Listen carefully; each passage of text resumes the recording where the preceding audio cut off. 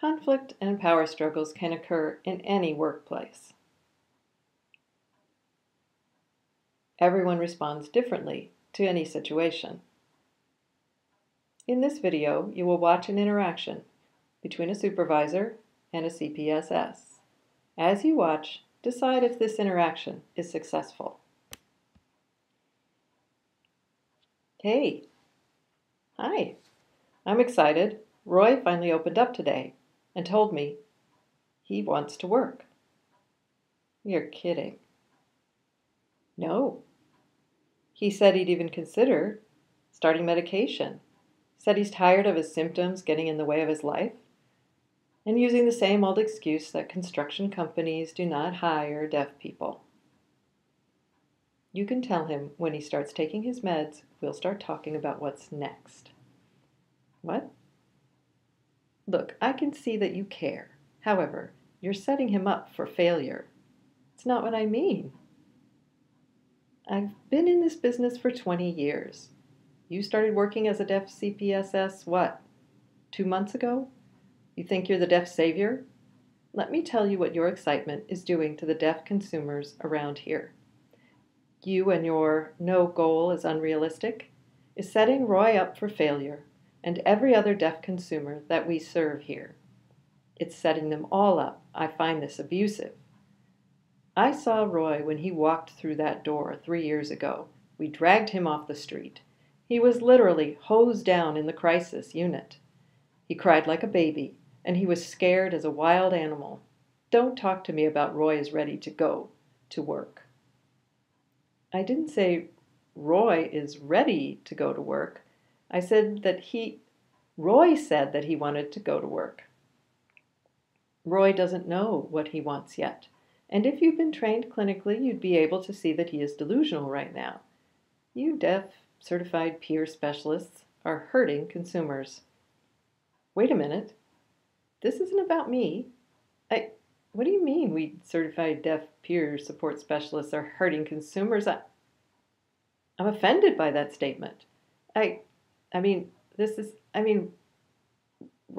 Roy, you can't say that to me.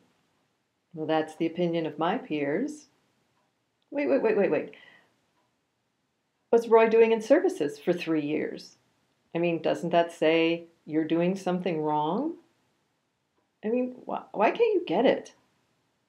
Excuse me, are you calling my work with this consumer incompetent? Well, that certainly could have gone better. Let's watch how the same situation can be handled more positively. I'm excited.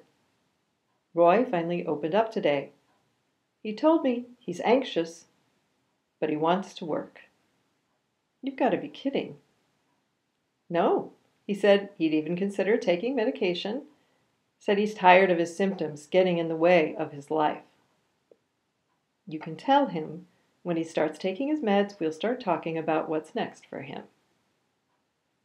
Don't you think this is Roy's decision? Roy's decision?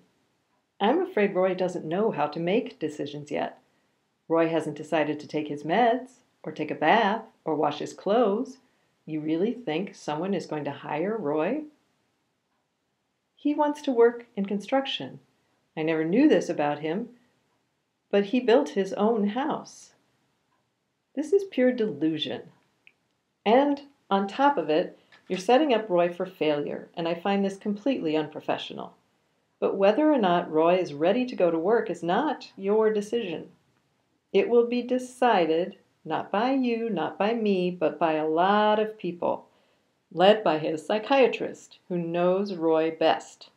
Understand?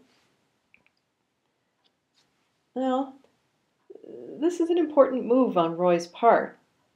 I understand that you see this as a decision that Roy can't make for himself, but he has made the decision. And now we need to find a way to support him so that he has a greater opportunity to succeed. Maybe we could create a deaf group. It is not an important move for Roy because it will not be happening. I've been in this business 20 years. You started working what, 2 months ago? You think you're the new deaf savior? Let me tell you what your excitement is doing to the deaf consumers around here. You and your no goal is unrealistic attitude is setting up Roy for failure and every other deaf consumer we serve here. It's setting them all up, and I find this abusive. I saw Roy when he walked through that door 3 years ago. We dragged him off the street. He was literally hosed down in the crisis unit. He cried like a baby, and he was scared as a wild animal. Don't talk to me about Roy is ready to go to work. Well, I understand. I know that you've been really involved in the recovery of all of the deaf consumers that we serve here.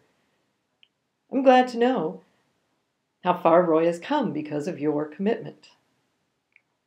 As a deaf consumer, I know how important specialized care is.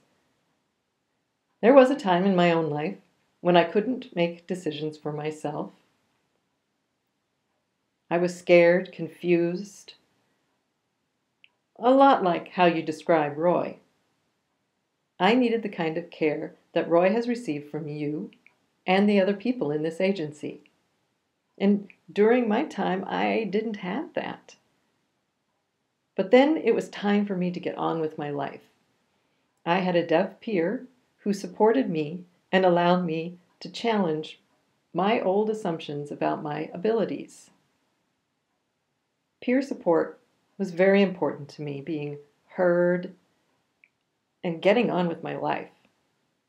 My job as a deaf CPSS is to do for Roy what was done for me by another deaf CPSS.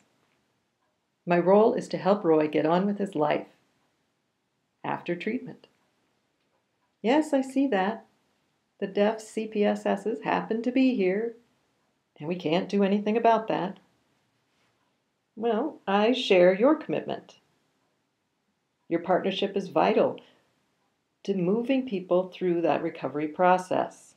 But right now, let's just focus on what Roy needs. Besides, you can't bill Medicare to put someone to work.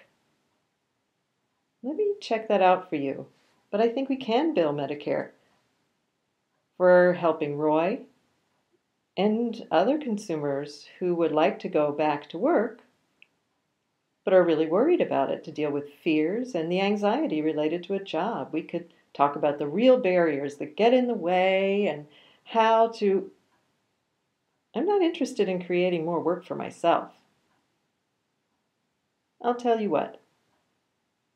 Why don't you let me take this on? With your approval.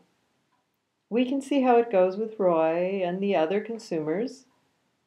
And we can assess this, say, in a month.